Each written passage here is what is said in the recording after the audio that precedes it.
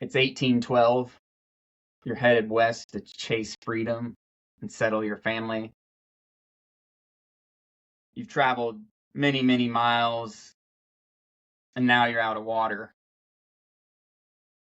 The only thing available to people at those times was the local watering hole, your river, stream, creek, or if you could find someone at their local home, it'd be a shallow dug well. You get the water,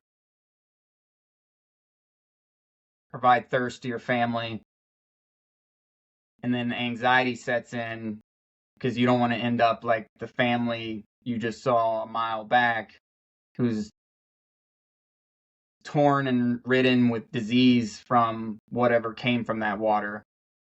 Say it was an infectious disease, diarrhea, etc., etc.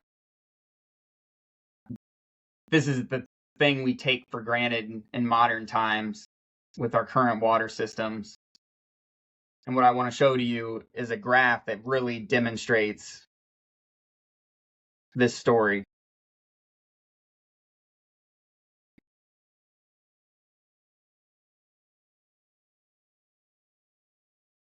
What you're seeing here is clean water adoption, so 1900 to 1936, and the percentage of 13 major cities using filtration or chlorination. And then on this side is major infectious diseases and tuberculosis, typhoid fever, meningitis, childhood infections, etc. So as clean water went up, everything else went down. And this is something that is demonstrated even more here, where you can see in 1900 versus 1936, you have tuberculosis, and then the percentage share of all deaths by these diseases in 1900 versus 1936, and you could see how it just dropped tremendously, tuberculosis in half, etc., and then eventually went away. Incredible. That graph is just insane. When you were showing me that, or I found it in your notes, it was like, that is just absolutely insane. You can owe most of our disease just to cleanliness of water, just having less toxins, bacteria, just dirty water intake, and just having more clean water. And imagine like you live in a town, not even a town, maybe you're on the frontier, and you're like, there's someone a mile away. Where are they putting their waste? You know what I mean? Yeah. So it lands and it goes, and then it seeps through into the water, and then you're a mile down and it hits you, and you have this shallow well, and you just take it out, and next thing you know, disease, it's contagious. Yeah. Now you get rid of it, and it goes to the next family down, and it's spreading like wildfire. A lot of people would dump it straight into the water too, like upstream. Yeah. Imagine you're upstream from the water. Yeah. You're downstream from it. Yeah, you don't want to be downstream, and you want to be the most upstream. Yeah. But yeah, so I think that's a very powerful statement there and graph, and kind of what we're going to talk about is just some of the things that maybe are still in our water from the cleanliness of it that could still be affecting us. And then just some other things about water that most laymen, including myself, didn't really know about until I started looking deeply into some of the research about water. You think of a cup of water, and you think it just looks, all water looks the same. You can't see it, so you just assume you drink it, and we just take it for granted, even for today. It's like, yeah, I'm thankful for the water, but if you just go on and search what's in your water, there's a myriad of toxins that are still in our water that we probably need to get out, especially if you're drinking tap water. Yep. One of the main ones, the biggest story you heard was from Flint, Michigan, being lead in your water. Flint's common for that.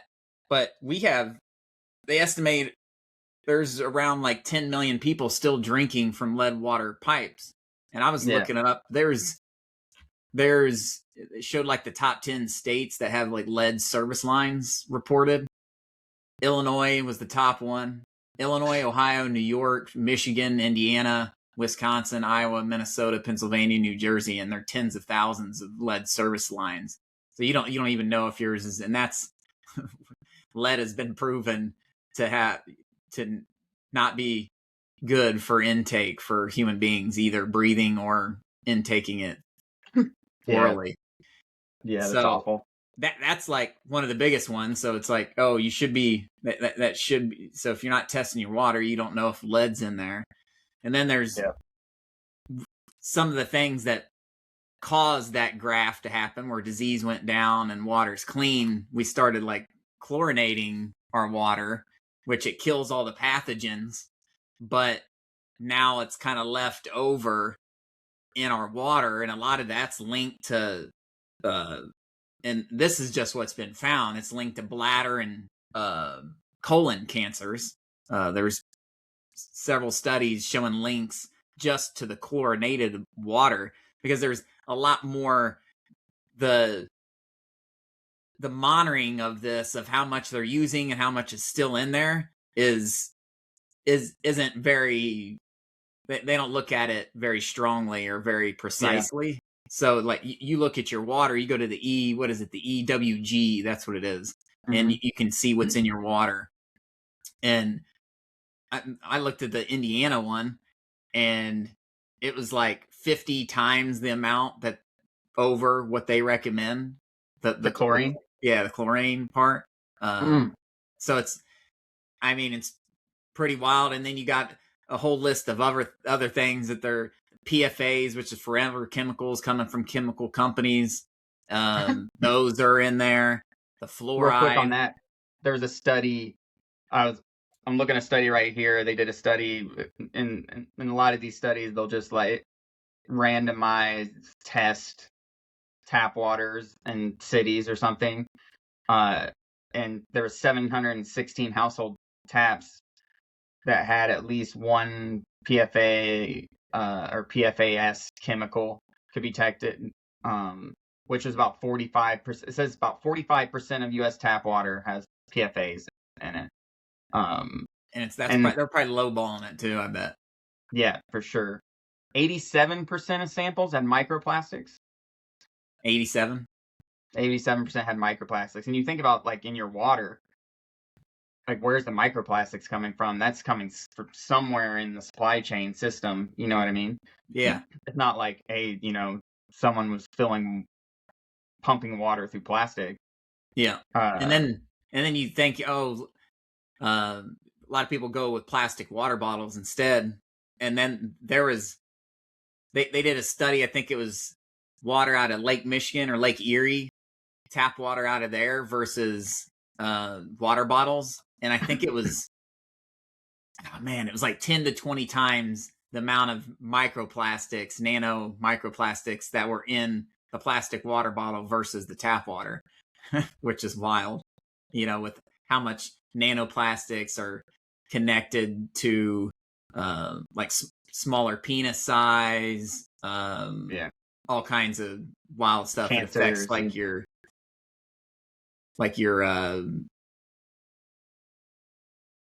like hormone regulation, your thyroid. It affects all imitates estrogen and stuff. Yeah. And then fluoride, which everyone knows about. It's been pretty popularized with RF Kennedy coming in, and then 2 states have actually banned it already. And you can go to the Fluoride Action Network, I think is what it's called, and they have a lot of study. They can consolidate a lot of this. I think there's 88 studies now showing fluoride having I don't want to misspeak, but I think it's IQ. Yeah. I want to say it's IQ or at least cognition. Yeah, no, it's IQ. Yeah. So 88 studies confirming it hurts your IQ, especially in children, the development of children, which is just an atrocity of all atrocities. And that's another one. They don't monitor it of how much.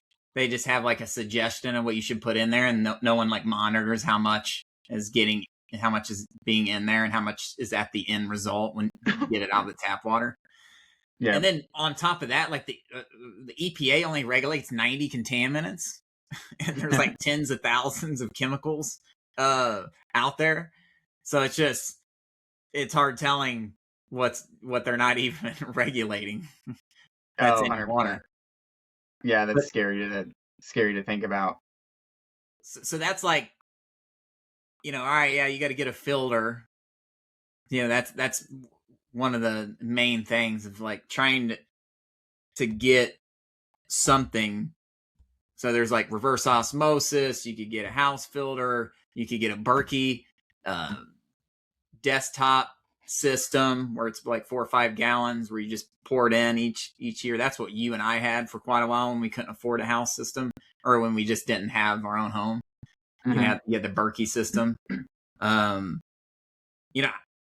don't think the stuff on the fridges and the stuff that you just pour in like a little Brita, those aren't. I don't think they're getting out a lot of this. They help a little bit on some of that. Basic technology. Yeah, it's not basic carbon technology or whatever. Yeah, you need like a carbon filter and getting out a lot of it. Me and you both have a whole house water filtration system that's, after installation, it's about $5,000. So it's fairly expensive. Yeah. And then you Water Boy Solutions. So we went through Water Boy Solutions, expert in water filtration. Yeah. And there's others out there. You just got to do some of your research. But that guy, that Water Boy, knows his stuff, and there's other people that know their stuff. So that's step one. Let's filter it out. There's another option where you can get spring water. There's plenty of springs, and I forget what the site is, springwater.org or something. Yeah, I'll look it up while you're talking. Yeah, I think it's findaspring.org. You can find spring. That's it. That's probably a solid option. The only thing that comes into there is there's a lot of contamination. There was a study I found where like the majority of spring waters had atrazine in it. Oh God. That's a herbicide, right? Yeah. One of the most, it's banned in Europe, but you get pesticides runoff. So this was an old study back in the early 90s, but they did like 725 groundwater samples statewide. And there was like 87 pesticides found. The most common ones, atrazine, dicamba was in there, and all common corn and soybean herbicides. And this was like early 90s, late 80s when we're spraying way more than we did back then. And like 3/4 of the detections came from shallow groundwater under 100 feet, which is apparently the depth that most springs come from. Yep.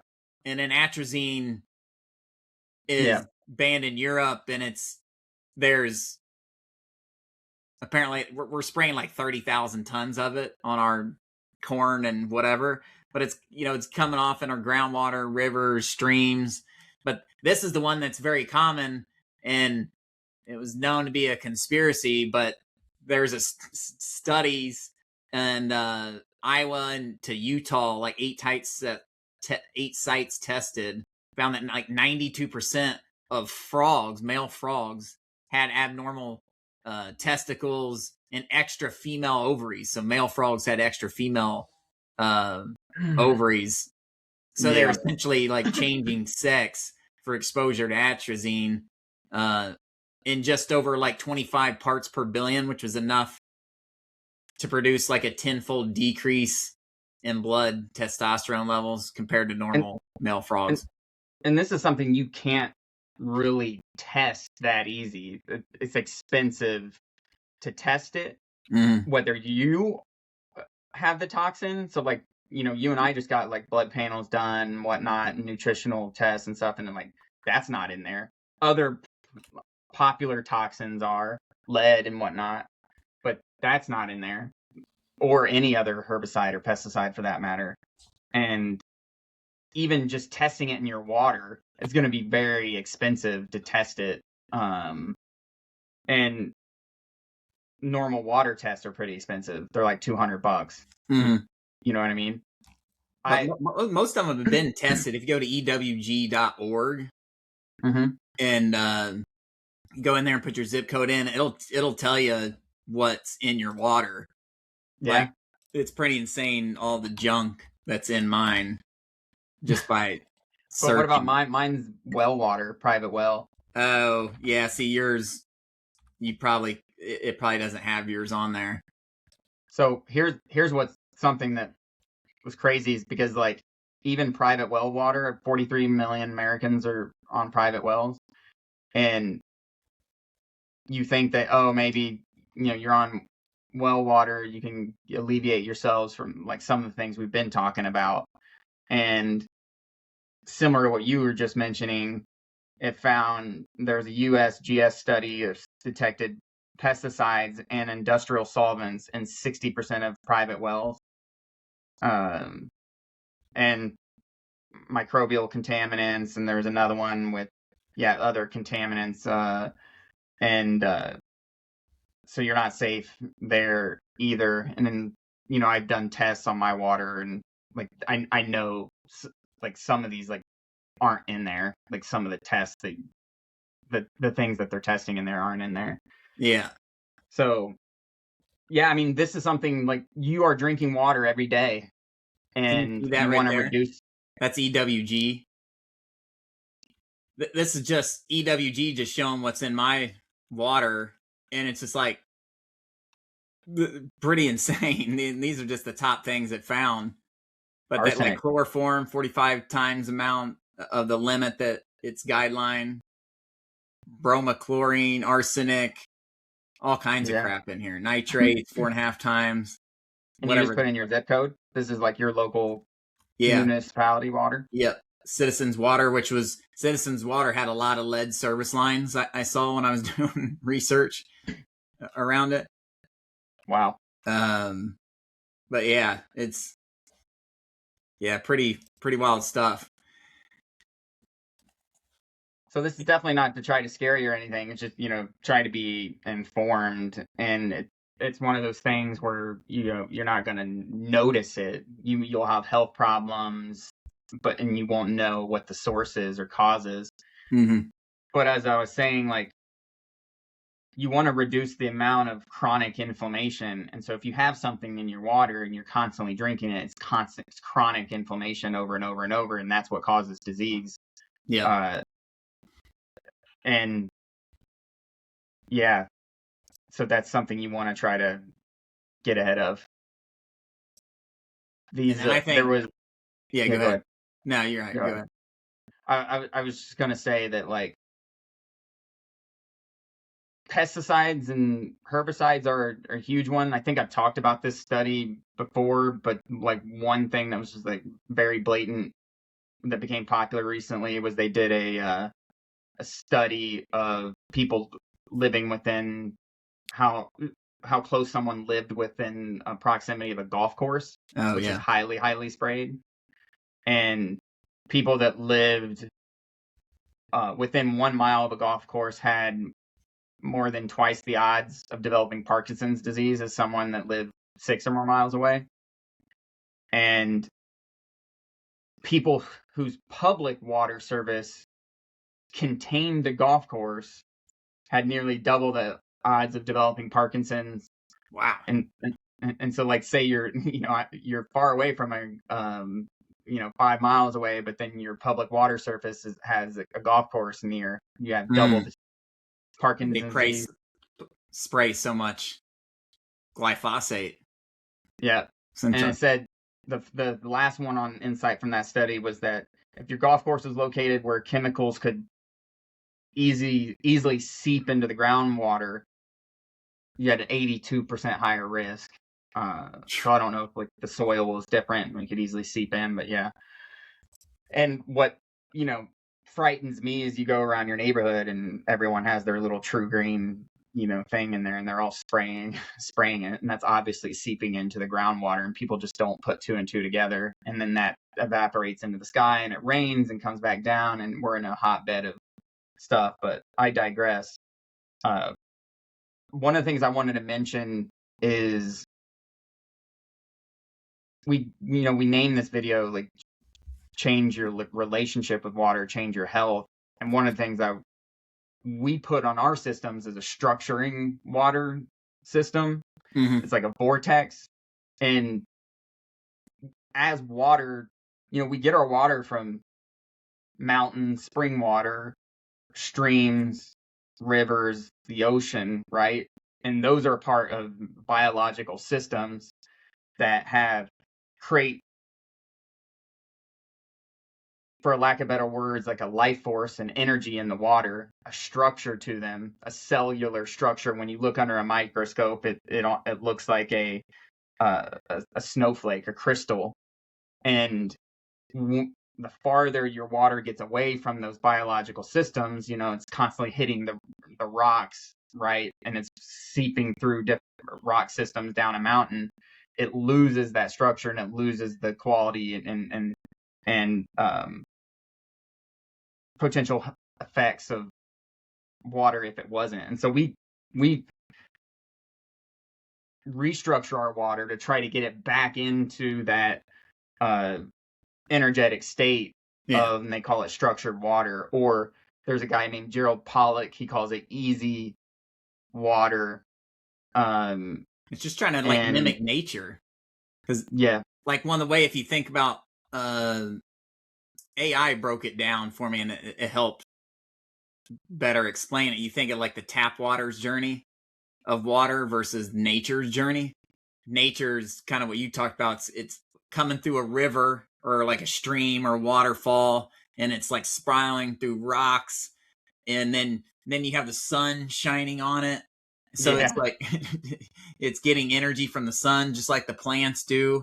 And then you have all kinds of natural minerals in there, like magnesium and, many minerals that people put back in the water, which is a issue with reverse osmosis because it takes out all the minerals. So you lose all that. People are trying to add them back in. And then the water is all moving and crashing into things. But now on the tap water, it goes through this like treatment plant, and then we add chemicals to it, and then it's going through these like pipes, these dark straight line pipes with no sun. They're underground, and it's just like it's like a living system. You look at it, it's like living organisms in there, molecules that are like vibrating with energy in there. They say when, like, if you put something in a water, like you put like, they did this study where they put like something in the water, and they quantified it to where like water was rushing through there constantly. Like it looks like it's just sitting in here, but it's moving around constantly in here, just moving around, vibrating with energy. But if you have water that's just sitting all the time, then people call it dead water. It doesn't have any energy. And then when you go deeper into, there's a lot of research down into how our cells are made up. Our cells are made of water by majority, or made of water. It's like our intracellular gels. It's almost like a jello inside our cells are filled with water. And when you think of it that way, this one doctor, Zach Bush, said we're, by molecule count, we're 99% water. People say we're 70% water, but when you break down to molecule count, we're apparently 99% water. So Zach Bush was talking about how like water is the medium for all cellular communication. So how cells communicate with each other is through water, because that's all what we're made up of. Yeah. So if we're bringing in water that's contaminated, has toxins, doesn't have any energy, then we're having less communication, less energy in our mitochondria in our cells, which is like the energy powerhouse of us as a living organism. So, and if you're and we intake 5 glasses of water per day, probably on the minimum. Yeah. And so it's like you really want to try and mimic nature as much as possible.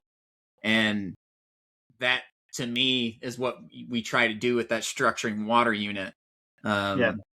And yeah, that's and then the additional thing on that is like the benefit of a whole house filtration system is you can shower in that clean water too, because there's a lot of issues with, apparently it's even worse than drinking it, because we have at least our liver can filter some of it.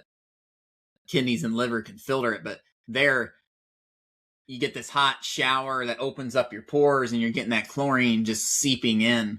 And they say that's, not only is it killing like your microbiome on your skin, but it's also getting absorbed in to where we can't even filter it out naturally. That's a great example of changing your relationship with water, because not many people think about like a shower having a positive or negative effect on you. And your skin is very absorbent as far as water goes too, and toxins. So that's something you can buy. Before we had a whole house filtration system, you can buy shower head filtration that you can block some of this stuff. I can't remember the popular shower head company's name, but you could probably research it. There's one other thing I want to talk about as far as like relationship with water, and there's some serious research done on this around prayer, or directed positive intention, they called it, which is essentially prayer as well. 3 studies, I'll quickly repeat. These 4 studies, 3 of them are on PubMed.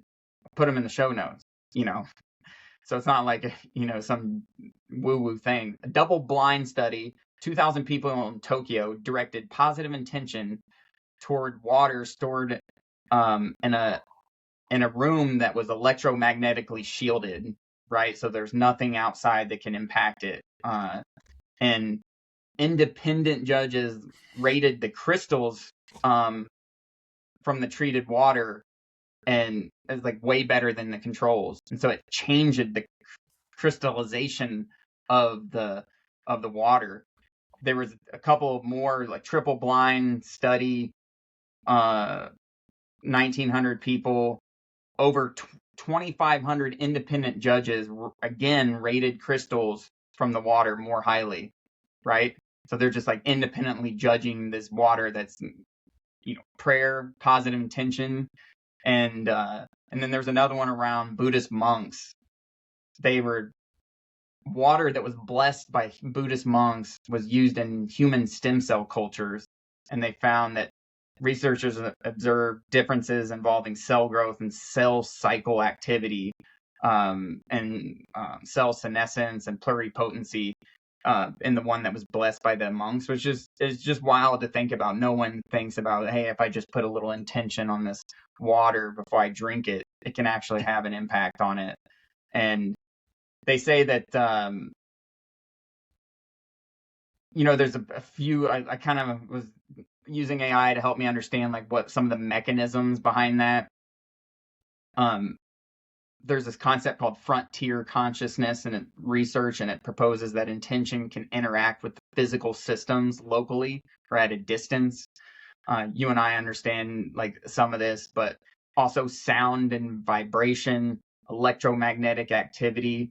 So like our heart, our brain produces measurable magnetic and electrical activity that can actually have a molecular change. Yeah, and so there you go. Change your relationship with your water. Yeah, I mean, you think of intention and mood and all that. I can affect you as a human. I can affect people all around me. You have someone in a bad mood, or you have a negative mood, or with bad intentions. You could feel it as soon as they enter the room. It's like boom. Oh, You could just, like, this doesn't feel right. This person seems off. If it's your significant other or a random person, you can feel it. And water's a living organism.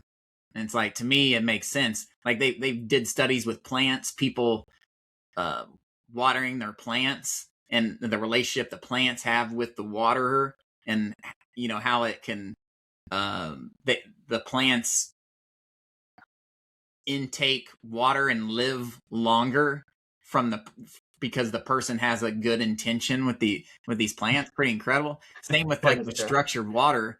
The structured water has been studied of watering gardens and stuff, and they have bigger harvests or larger plants growing faster, and just structuring it and giving that energy. To me, that's one of the biggest tall tale signs to show it's impactful.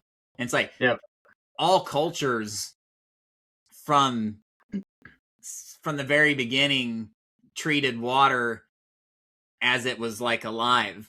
You had like sacred springs, blessing water, like sun water.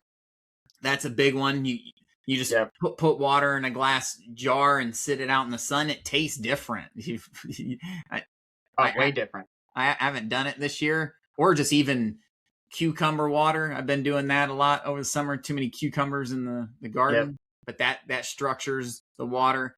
A lot of plants are filled with structured water, like lettuce and stuff's all water, but it's structured in there. But so next time you pick up your glass of water, try to have a different relationship with it. Start thinking deeply about it, because something I'm always constantly thinking about. If water sits more than 24 hours, I pour it out and refill it. And so we're Ronnie and Randy. This is the same difference. We have a bunch of other similar videos on YouTube. Go to our channel and you can find health, wellness, philosophy, science, and many more topics. Yeah. Thank you for listening. Thank you for the nourishment.